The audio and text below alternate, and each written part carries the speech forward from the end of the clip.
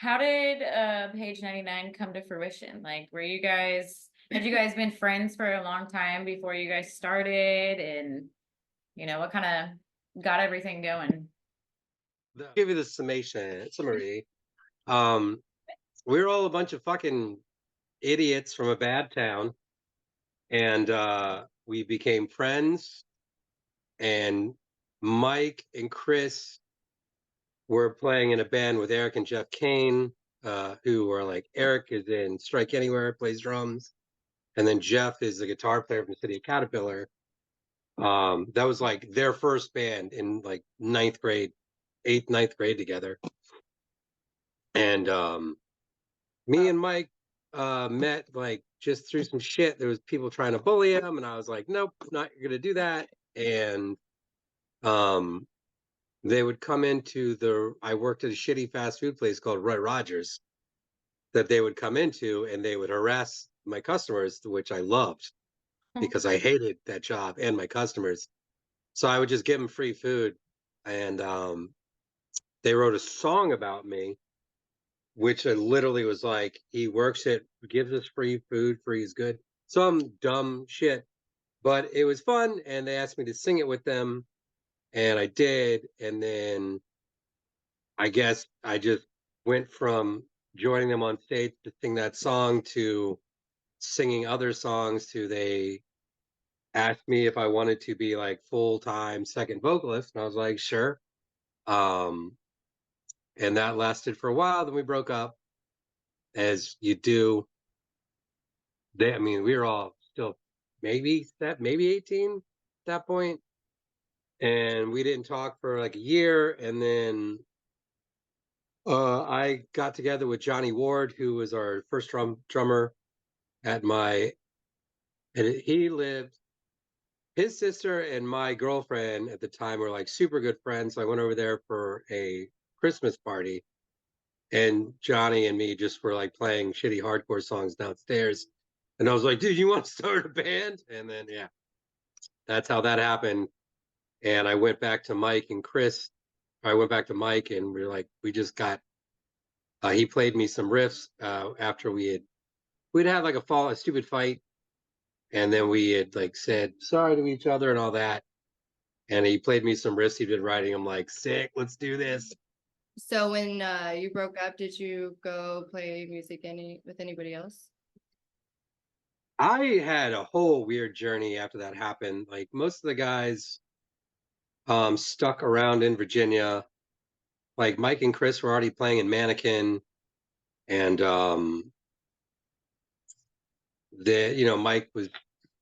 Mike was always in 100 bands. He was in Haram for a while, and then they did Hissing Choir. Um, then Chris joined up with some of the other guys. They did Malady, and they did Pygmy Lush. I played in like a kind of like a dancey pop band. Played bass in that band for a while, and then I played guitar and sang in a post rock band for a while. Neither one of them really did anything. And then I just got drunk and moved to Texas to do stand up comedy. hell yeah. Nice. Do you still do stand-up comedy? No, no, no. I did. I went full time on being a coke addict, Oh, which got me out of doing comedy. I did well. I was in New York. I was in a pilot for a TV show. Um, but I really, the things that drew me to music was community, and in comedy it's not really like that. You have your friends, but everybody's kind of backstabby and shitty, Hmm. and they're kind of like even like best friends are just waiting to like shit on each other. It's gross. Yeah. I did see that you were a ring announcer for wrestling. Yeah, it's one of the only things about Portland that was good. Um, I was working at a string of bars, and one of them, the worst one of them, all of them, there was like a really angry guy in the kitchen who I immediately liked a lot. His name's Evan, and when I worked there, there would like that bar is like it's like a straight bar, and then 10 feet of space, and then there's just a bunch of like video poker machines, Hmm. which were always full of meth heads. and the bar smelled like shit, so nobody was ever in there. And it's one of the spots where it's like a dive bar that the only people that come in expect to get free drinks. Like, I don't know how the fuck this place stays in business. So I would put on old school wrestling videos on YouTube. Nice. And then me and Evan were talking wrestling, and he had stopped for a while because he got injured, but he is a pro wrestler. And he asked me, he's like, "Would you ever want to like start a wrestling business with me?" And I was like, "Yeah, absolutely." Oh, God. So we bought a ring together and started a wrestling company. Like, Oh, hell yeah. did you ever want to wrestle? I went to wrestling school when I was younger. I love it. What was I your got kind of the school closed down when we were on tour, so I came back and I was like, "Oh, good, there's $3,000 I lost." Um, yeah, it is what it is. I really, at least you saved in terms of like not dealing with narcissists in comedy very well, I would not have done well in pro wrestling. I Yeah. love it. It's fun. Wrestlers are out of their fucking minds, and dealing with them on a daily day basis. Like, I'm friends with a lot of them. I love what they do. I love their passion. They're fucking crazy like, in terms of like I mean, you just kind of have to be, right? To I sacrifice guess, but body. it's like you have to have confidence in yourself. You have to believe you're good at something, and I believe that. These people are like Joe Rogan level, just like disillusioned. Like, I'm like, they're like, they're wrestling on indie shows making $40 a night, and they're like, I'm like one phone call away from the WWE, and like, not many. Like, there's a lot of like good people I met out there. Some of them are a little nuts. I'm not naming any names, um, but it's also the other part about it. It's kind of heartbreaking. Is like there are guys that are talented enough to be at that level, and they'll never get there because they're not tall enough, or they're like slightly weird body, or just it's weird, sad. But doing it on a local level, and like me and that dude, um, getting together and just like building something out of nothing was phenomenal. Yeah. We started doing backyard shows with our ring. He got together some of his people. I was just me and him booked the shows together, like who's gonna wrestle who's gonna win and why, that sort of thing. And then I just was like, well, I'll just do the ring announcing because nobody else is. Right. And it was really, really fun. We built it up to we were running shows at a brewery every couple months, doing about 200 people a show. We would have like 4 or 5 wrestling matches and 3 like local punk, hardcore, whatever bands. That's Nice. That's cool. Yeah, that's the other thing is like A dream. Yeah, no, that sounds really fun. there's a ton of wrestling companies in Portland, but they're all just kind of doing indie wrestling, where it's like a bunch of like super flippy guys on steroids, and they're fun to watch. But the thing I've always liked about wrestling was like the theater aspect of it. Like I like the dumb storylines, and I want to know why these two guys are fighting, and like Right. that girl's in love with him. There's come on. Right. Shit It's like like that. reality TV, Really, like trash really- TV shit. Yeah, no, I Yeah, thought but that's the best. It's like, oh, it's so great. Yeah. Do you have a favorite wrestler? of all time, Yeah. yeah, a couple. Like 3. Arn Anderson is like from just like a purely like work rate standpoint. He was the enforcer in the Four Horsemen, the Mhm. Ric Flair stable. Yeah. Arn Yeah. Anderson, smoothest wrestler I've ever seen in the ring. He's absolutely phenomenal. I loved the Great Muta, was like a great heel from Japan who had wrestled in NWA for a while, and then that's where I first saw him. And then he went back to Japan because it's like it's the '80s in America. You're only going so far if you're not white. And Right. then he went back to Japan and was like the biggest star in the country over there. Well, since you guys are touring again, stuff like that, is there things that you enjoy more about playing now that you did versus back in the day?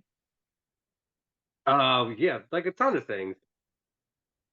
We all get along now, which is nice. Yeah.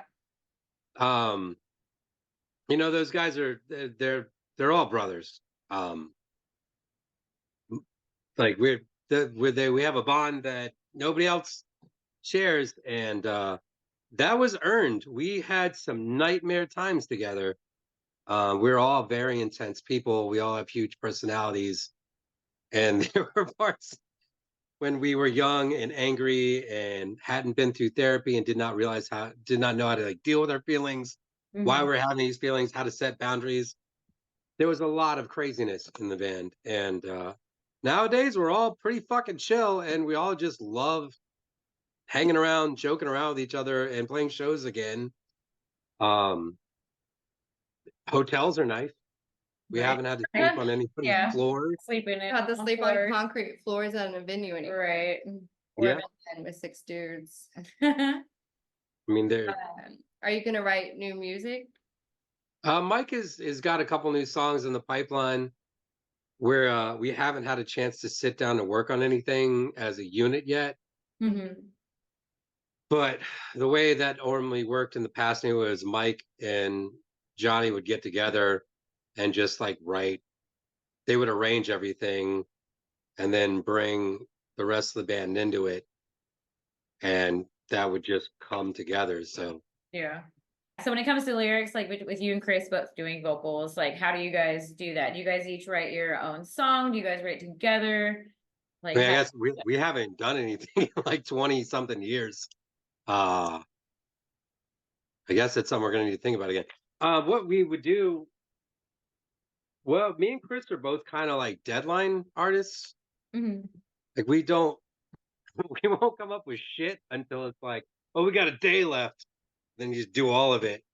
Lyrics, I don't know how other people do them, but to me, and I think Chris also is the same way, just constantly writing here and there. You know, it's a little bit every day. Um, Lyrics are a nightmare because you're writing poetry that you're going to set to music. Um, so like the meter of it, like, I don't know. We both write. Most of the time we would bring we would get the songs we had. Sorry, this is the most rambling ass answer of all time.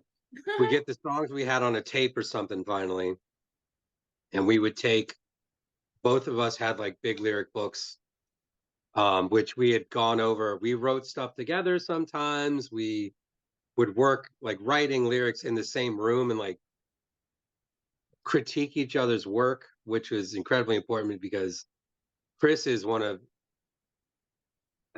the most critical human beings I've ever met, but he really helped me out a lot. Like I thought I had good taste, and he's like, "Well, let's pare it down. Let's make sure. Let's edit." And he helped me out a lot with that. And then we just sort of became a unit where like we know how each other sings, and we knew um, Chris is definitely better at like more chaotic parts. Yeah. My vocals were more on rhythm. Like Yeah. I would be the That makes kind sense. of like more percussive vocals, and Chris is more of like, "Ah!" um, so we would work on stuff together. We'd like sit in his car and jam it super loud, and we'd each come up with ideas, and it was just like it was just the two of us figure like what we liked became those songs. Right. Oh yeah. It was it was like it's a pretty organic process. There were never times we were like, fuck, we can't come up with anything. We just really like would wait till the last minute to do it. And it always just came together pretty well.